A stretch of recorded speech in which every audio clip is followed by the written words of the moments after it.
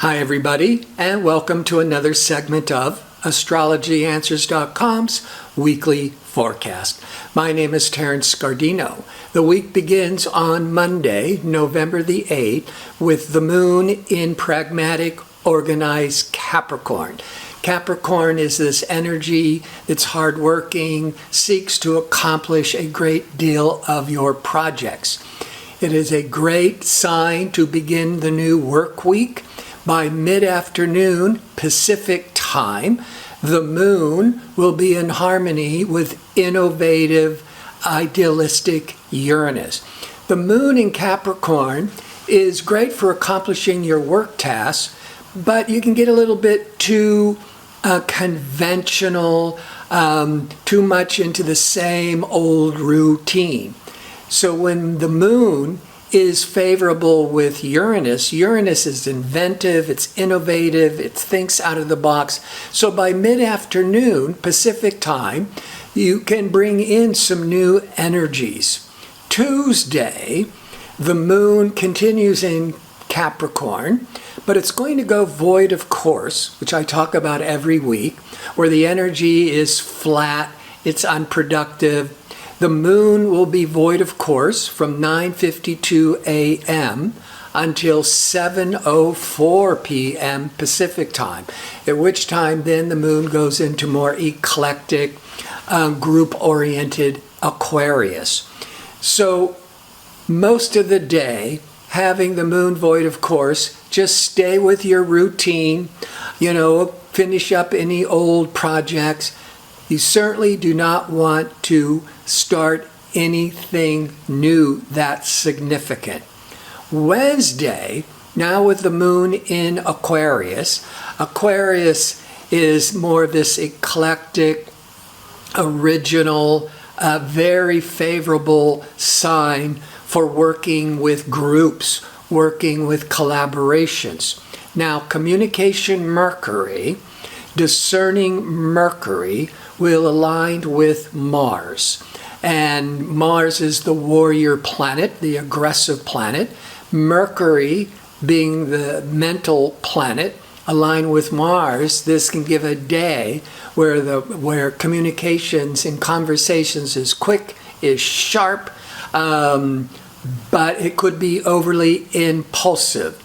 At the same time, Mercury is in a blocked energy with Saturn. And so Mercury-Saturn could bring in all these delays and worries. Then the Mercury to the Mars could bring in this anxiousness and irritability. Part of this is because Mars itself, the warrior aggressive planet, is squaring, or this hard angle, 90 degrees, to pragmatic restricted Saturn. And then then Mercury comes into the mix. Mars-Saturn, here's the positive first. The Saturn can discipline and focus all of your ambitious desires. So the Mars-Saturn, if you got a plan, if you're organized, you're disciplined, and you are patient and persevering, you can accomplish a great deal of your goals with Mars-Saturn. You're still going to be exhausted and drained from all the work you put out. But if you don't have a plan, or you don't have a focus, if you're not disciplined, then it's like trying to put a square peg into a round hole. That Mars, that ambitious, desirous Mars, will get blocked by restricted Saturn. And then here's Mercury, trying to communicate and make decisions and have conversations. Lots of frustration. Basically what I'm saying is use Wednesday to work singularly, if you can, on your projects. Don't distract yourself. Just focus on one or two goals and put everything into it, and you can accomplish a great deal. If you're scattered, if you don't have a plan, you're just going to feel like you're hitting a brick wall. Thursday, the moon continues in Aquarius, and by around noon Pacific time, the moon will align with expansive Jupiter. good time period to go on a trip, to do some marketing, some publishing, some teaching. That Jupiter is all that expensive energy. But then right after the moon is aligning with Jupiter, which also gives more of an emotional kind of optimism, the moon then goes void of course until 11:54 p.m. So the last 12 hours of the day, Pacific time, again, stay the course, stay with the routine, keep doing what you're doing, but don't launch any significant new projects. Sort of like a mini Mercury in retrograde. Whatever you're expecting, whatever you're trying to go for, the energy is just not there to complete it. Friday, now the moon is in imaginative, sensitive, empathetic Pisces, and the moon will be in harmony with creative, loving Venus around noon. Mid-afternoon, it's going to be in harmony with motivated, ambitious Mars. So a very good day for activity, very good day for creative projects, for relationships. Plus, all day, the Sun is in Scorpio, a very all-or-nothing intense sign, and the Sun will be in harmony with Neptune. Neptune is the planet that rules the sign Pisces. The moon's in Pisces. So the Sun, excellent with Neptune, can trigger a great deal of kindness, sensitivity, compassion, great for intuition. Now, it can really stimulate the imagination, but also a sense of wanting to do something that that matters in the world, trying to make a difference. Great for charity. Saturday, the moon continues in Pisces, but mid-afternoon Pacific time, the moon is going to cross over Neptune, which it does once a month. But here is just Friday, the Sun was in harmony with Neptune, and on Saturday, now the moon in Pisces is crossing over Neptune, the planet that rules Pisces. So there's all this compassion and empathy. It is so good for the imagination.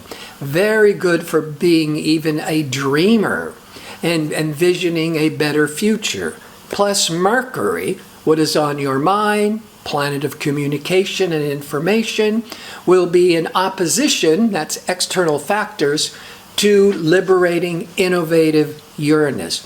This could indicate for the whole day that you get some exciting, unexpected news, some surprising news. That's the opposition outside of you. You're going to be so much more open to progressive ideas with that Mercury-Uranus. Basically, you're more comfortable and more open for technology, for new computer, new software, because all of that can get kind of mind-boggling, but you're going to be more open to it. Sunday, the moon will go void of course, so stay the course as we get right into Sunday morning, right after midnight. And so it's going to just remain void until 7:49 a.m. Pacific time. And it's Sunday morning. It's a good day, a good time period for meditation, for your spiritual or religious practices, because with the moon void, of course, it's more reflective. Then at 7:49 a.m. Pacific time, the moon goes into Aries, fiery, aggressive, assertive Aries. So you're coming out of, you might say, a reflective inward cycle. And then as the day begins on Sunday, the moon, it sets the emotional tone, goes into fiery, adventurous Aries. So it's time come after the moon goes direct in Aries is to just get out there and seek an adventure, physical, recreational activities, and feeling a lot more enthusiasm. Before I sign off, I want to remind you I'm available for a one-question offer for a nominal fee. To request it, go to the home page of astrologyanswers.com, click on the tab that says labeled Advisors, click and then scroll down until you find my name and follow the instructions.